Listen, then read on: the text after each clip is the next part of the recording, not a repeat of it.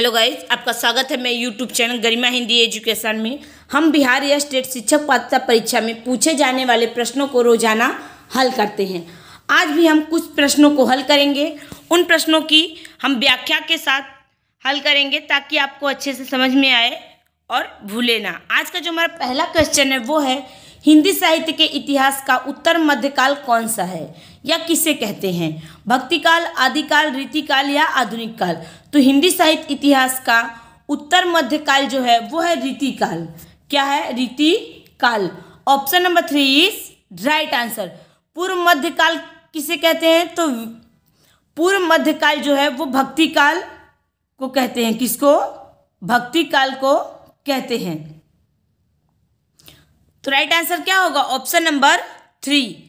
अगला क्वेश्चन है, इनमें से कौन सा उपन्यास तिलस्मी अयारी से संबंधित है?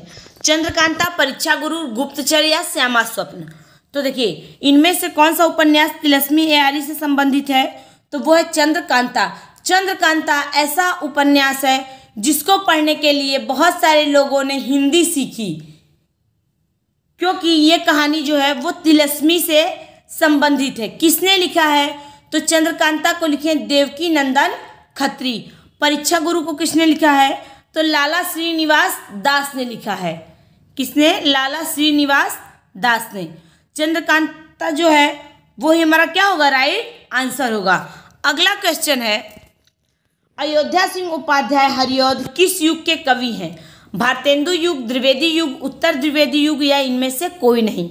तो अयोध्या सिंह उपाध्याय हरिऔध किस युग के कवि हैं?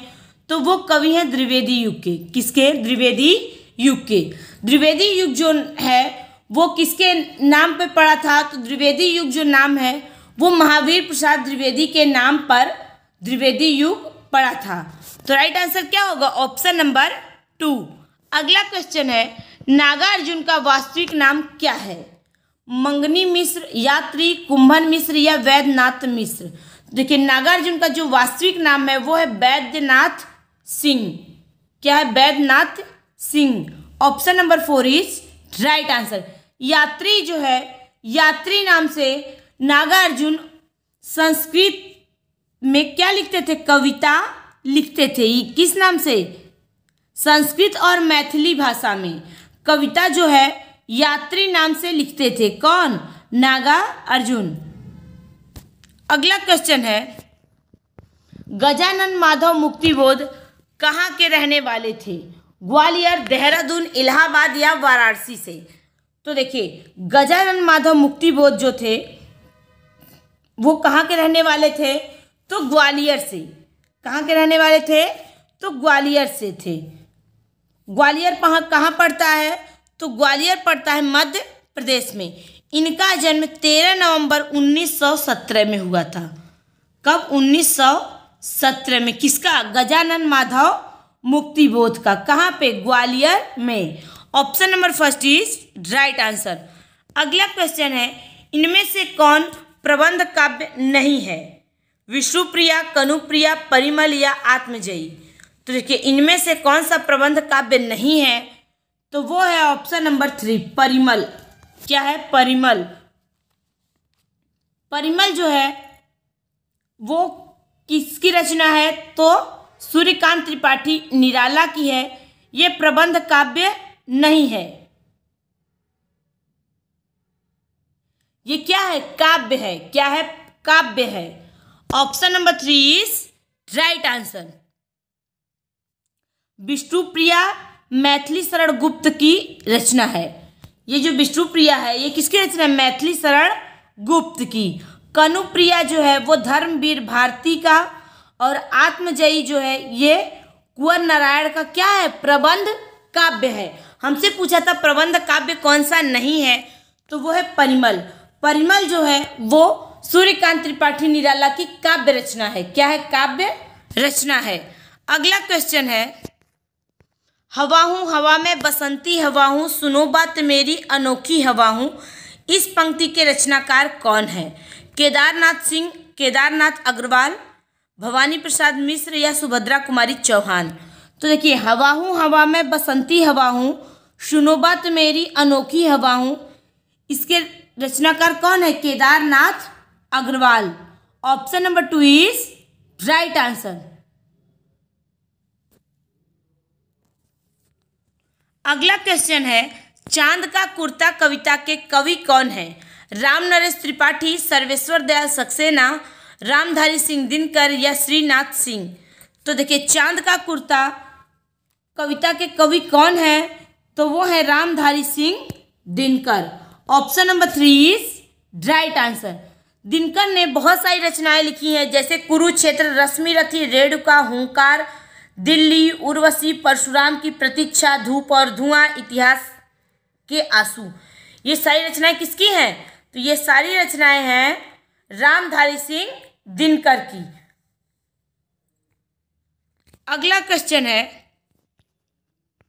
गीतों के राजकुमार उपनाम से कौन जाने जाते हैं? तो गीतों के राजकुमार उपनाम से कौन जाने जाते हैं? गोपाल दास नीरज, गोपाल सिंह नेपाली, शैलेंद्र या मजरूह सुल्तानपुरी। तो देखिए, गीतों के राजकुमार उपनाम से कौन जाना जाता है? तो Gopal Singh Nepali. Option number 2 is right answer. अगला क्वेश्चन है, कागजी है पैरहन, कागजी है पैरहन साहित्यिक रचना है। सआदत हसन मंटो की आत्मकथा, कृष्णचंद्र की जीवनी, राजेंद्र सिंह वेदी की जीवनी, स्तंभ चुगताई की आत्मकथा। तो कागजी है पैरहन साहित्यिक रचना क्या है? तो क्या है? स्तंभ चुगताई की आत्मकथा। Option number 4 is right answer. अगला क्वेश्चन है, बस की यात्रा के व्यंग्यकार कौन है? शरद जोशी, हरिशंकर परसाई, नरेंद्र कोहली या अर्चना चतुर्वेदी। तो देखिए, बस की यात्रा के व्यंग्यकार कौन है? तो वो हैं Harishankar Parsai. Option number 2 is right answer. अगला क्वेश्चन है, बाज और श्राप कहानी के कहानीकार कौन है? अन्नपूर्णानंद वर्मा, स्तंभ चुगताई, कामतानाथ या निर्मल वर्मा। तो सांप और बाज कहानी के कहानीकार कौन है? Nirmal Verma. Option number 4 is right answer. Nirmal Verma ने बहुत सारी रचनाएं लिखी हैं।